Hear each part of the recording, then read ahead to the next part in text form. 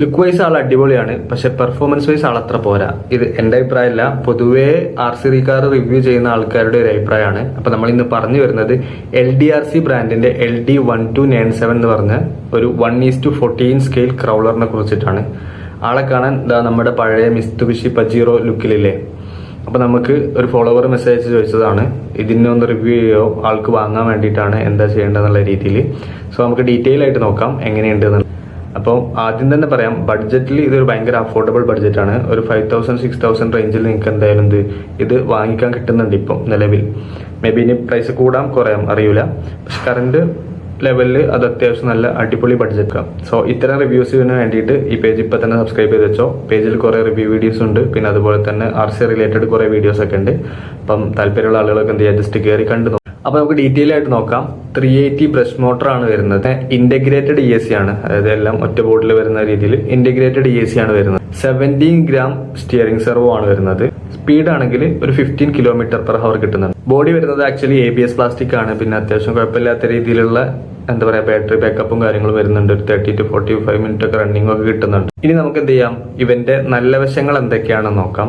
ആദ്യം തന്നെ ഞാൻ പറഞ്ഞത് ഇതിന്റെ ബഡ്ജറ്റ് ആണ്. ഈ ഒരു ബഡ്ജറ്റ് റേഞ്ചിൽ ഇത്ര നല്ല കുഴപ്പമില്ലാത്ത രീതിയിൽ ഒരു അടിപൊളി സാധനം അത്യാവശ്യം ഓക്കെയാണ്. 1,000-6,000 റേഞ്ചിലൊക്കെയാണ് കിട്ടുന്നത്. സോ ആ റേഞ്ചിൽ ഇതൊരു അടിപൊളിയാണ്.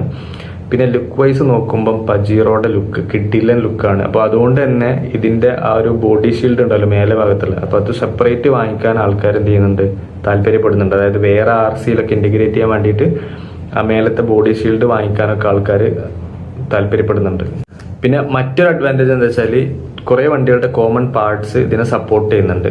ഈ WPLന്റെ D12 ട്രക്കെല്ലാം വരുന്നില്ലേ, അപ്പം അതിന്റെ പാർട്സുകൾ അധികം ഇതിനെ സപ്പോർട്ട് ആവുന്നുണ്ട്. കാരണം ഇതിന്റെ ഒക്കെ ചേസ് കാര്യങ്ങളൊക്കെ ഏറെക്കുറെ സെയിം ആണെന്നുള്ള രീതിയിൽ. അതുപോലെ തന്നെ MN സീരീസിലെ കുറച്ച് ഐറ്റംസിന്റെ ബോഡി പാർട്സ് ഒക്കെ ആയിട്ടും ഇതിന് കുറച്ച് സിമിലാരിറ്റീസും അതുപോലെ തന്നെ സപ്പോർട്ടും വരുന്നുണ്ട്. ലൈക്ക് ഇന്റഗ്രേറ്റ് ചെയ്യുന്ന സമയത്ത് അതിന്റെ സാധനങ്ങൾ ഇതിനെ സപ്പോർട്ടായി വരുന്നുണ്ട്. സോ അതുകൊണ്ട് തന്നെ MN സീരീസിന്റെ അപ്ഗ്രേഡ് പാർട്സ് ഒക്കെ ആയിട്ട് നമുക്ക് എന്ത് ചെയ്യാം, ഈ മെറ്റൽ ആയിട്ടുള്ള പാർട്സ് ഒക്കെ ആയിട്ട് നമുക്ക് ഇതിനെ സ്വപ്പ് ചെയ്യാനൊക്കെ പറ്റും.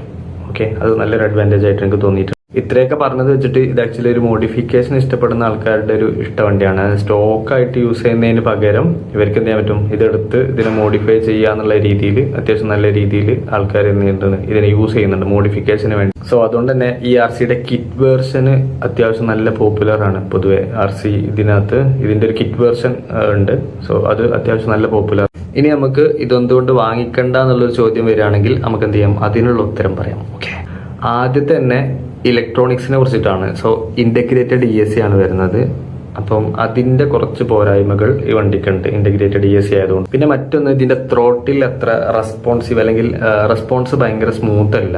നമ്മളിപ്പം പയ്യെ ക്രൗൾ ചെയ്യാൻ വേണ്ടിയിട്ട് ത്രോട്ടിലെല്ലാം കൊടുക്കുന്ന സമയത്ത് അത് വണ്ടി മൂവ് ആവാതെ വരെയും നമ്മൾ കുറച്ചുകൂടെ കൂട്ടുന്ന സമയത്ത് വണ്ടി ഒറ്റയടിക്ക് അത്യാവശ്യം നല്ല സ്പീഡിലോട്ട് വണ്ടി ജമ്പ് ചെയ്ത് ഹൈ സ്പീഡിലോട്ട് പോവുകയും ചെയ്യുന്നുണ്ട്. സോ അങ്ങനത്തെ ഒരു ഇഷ്യൂ പൊതുവെ ഇതിനെ പറ്റിയൊരു കംപ്ലൈന്റ് വരാറുണ്ട്.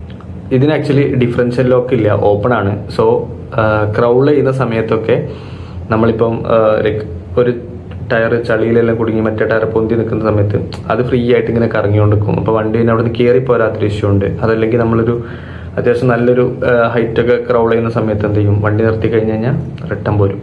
സോ അങ്ങനത്തെ ഒരു ഇതുണ്ട്, അതായത് ഡിഫറൻഷ്യൽ ലോക്ക് ഇല്ല എന്നുള്ള. പിന്നെ ഇതിൻ്റെത് ക്രൗളിംഗ് ഗിയറിനെ കുറിച്ചിട്ടാണ്.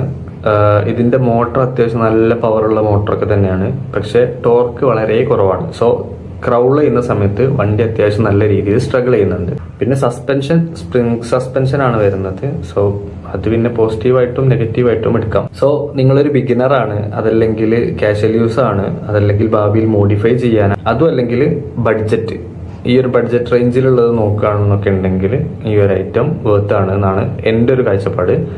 അതല്ലാത്ത ആൾക്കാരാണെങ്കിൽ ഇത് വാങ്ങിക്കേണ്ടെന്നാണ് എൻ്റെ ഒരു ഓവറോൾ റിവ്യൂ. ബാക്കി നിങ്ങൾക്ക് ഡിസൈഡ് ചെയ്യാം. സോ സബ്സ്ക്രൈബ് ചെയ്യുക, സപ്പോർട്ട് ചെയ്യുക. നിങ്ങൾക്ക് വേറെ ഏതെങ്കിലും RCനെ കുറിച്ച് റിവ്യൂ അറിയണമെന്നൊക്കെ ഉണ്ടെങ്കിൽ ജസ്റ്റ് കമൻറ്റ് ചെയ്യാം.